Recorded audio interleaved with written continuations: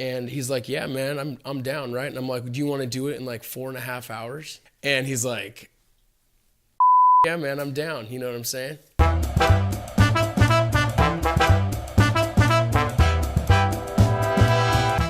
Hey, what's up, y'all? This is Navarro with the Humble Vision Network. If you haven't seen my new video, Fishin', then check it out in the description below. Come back and watch this video after you're done.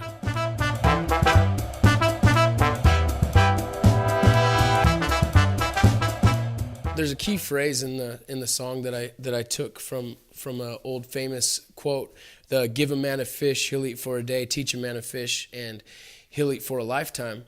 And I've really used that concept in my life, you know, when it comes to the approach I have on people and about teaching and about learning myself.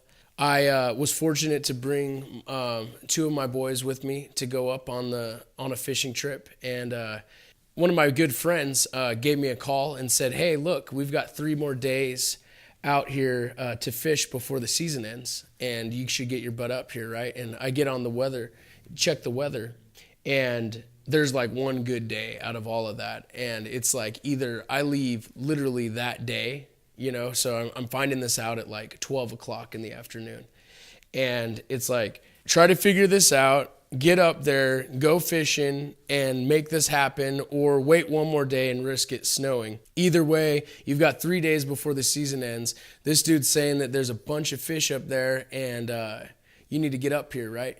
So I hit up my boy Mario, and I'm like, dude, you want to go fishing and film me and my boys up here? Up in this town in Idaho, 4.5 hours north. And he's like, yeah, man, I'm down, right? And I'm like, do you want to do it in like 4.5 hours? And he's like, yeah, man, I'm down. You know what I'm saying? So I hit up Bill and said, man, we're going to be up there. We got all of our stuff together.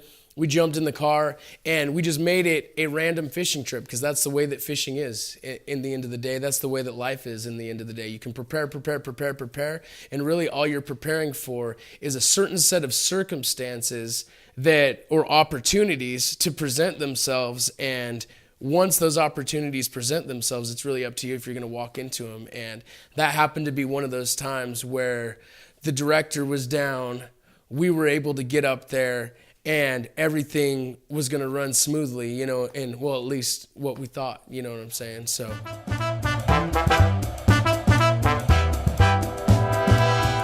I'd have to say my favorite moments, I've got a couple of them actually. The first one would be as we are coming up to the train trestle. If you're watching the video, you can see my face in it, and the whole idea was, you know, okay, we're going to get this cool shot, like this thing is beautiful or whatever, you know, and I'm coming up to this train trestle, and I am just freaked out. Like, I'm barely even a few feet into this thing, and I'm looking down going, oh my gosh, and I see my boys up ahead, and I'm going, man, I better hustle. My boys are going, and, you know, we're tiptoeing, and we're being careful.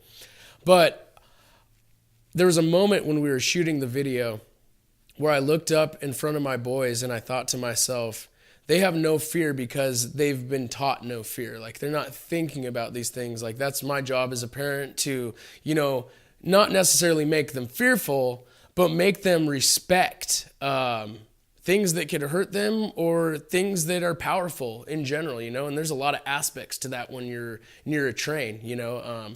You need to make sure there's not a train coming, basically, you know, and you need to make sure that you have a spot to walk, you know. You need to, there's a lot of aspects into even crossing that thing, just like crossing the street on a 10 times the fear factor level, you know. So there's this moment where I'm staring up at my boys, and they're probably about 30 feet in front of me, and they actually captured it in the video, and I'm holding their fishing poles. I made them come back and hand me their poles because they're just like, oh, we're just going to walk across this thing, right? And I'm looking there, and I just have this moment of, you know, where it was like a dual teaching, this dual wisdom of like, yeah, I need to teach my boys, so, and I need to call them back. You know, they can't just be crossing this thing. But at the same time, I'm taking this eternal message of look at your boys up in front of you, the future, with no fear.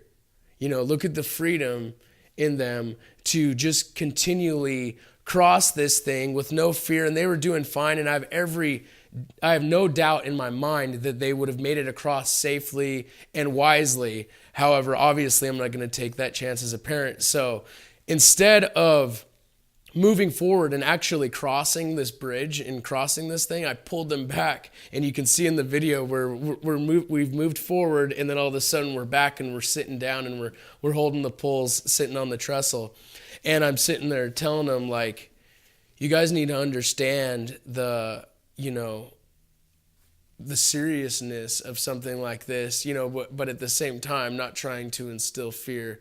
And that was a beautiful moment for me. Another one of my favorite parts of the video is a shot that a lot of people will recognize when we've actually gotten next to the river, and we're looking for a place to fish.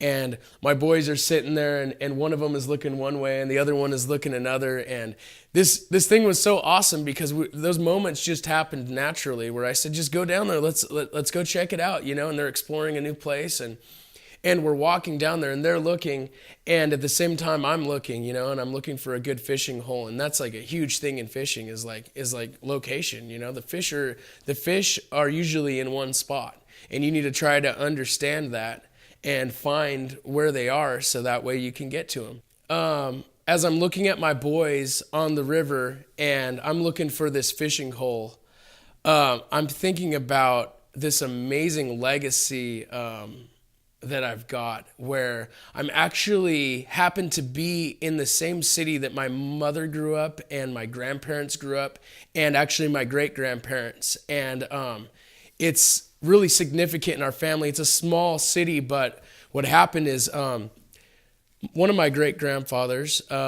actually had a lumber mill up there and was the mayor of the city. So, and then my other grandpa, he grew up there, and he grew up there fishing. And so it was beautiful to be able to stand there down on that riverbed and know that my great-grandparents and my grandparents had walked along the same ones. Some of them were more avid fishermen than the others, but it was beautiful to kind of like picture them walking by me 40, 50, 60, 70 years earlier as young men my age, standing next to the same thing, feeling the same peace, and possibly passing that down to their sons, as at the same time I'm standing there looking at my boys. So I think the video, those moments for me are the ones that a lot of people won't ever really fully understand unless you're actually inside of that moment. But it's just like, it's so eternal.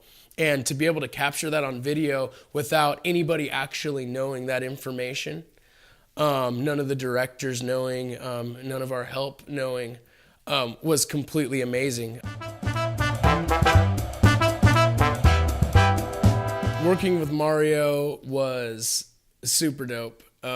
First of all, there's not many people that you can call within 4 hours of leaving for a 48-hour renegade film trip that would be like, oh yeah, I'm down, and do it with a smile on their face. And that was, for me, that's everything when it comes to working with somebody. What I really like about Mario and Interval is the humility. When it comes to the creative flow, you really want to be able to express yourself without being stifled, but then you also want somebody who knows what they're doing to help you take your concepts to the next level. And everybody has to do that no matter where you're at in the creative realm. But in my experience with Mario, it just flowed. You know what I'm saying? He didn't have any reservations to any of my requests. It was always a can-do attitude, and but he was also honest with me and where things were going to work, and how we can do this and how we can do that. And we immediately clicked. This was our first real production together, I should say. We've done some other things in the past, but this was the first time that we've really got to jump in on something like this, where we're both really passionate and do something real. All I can say is thank you, and I had a great time, and I can't wait to work with you in the future. You want to check out Fishin' and more videos like it? Check me out at Navarro.tv. We're on Facebook, YouTube, Instagram, Twitter, anywhere where music or content can be found.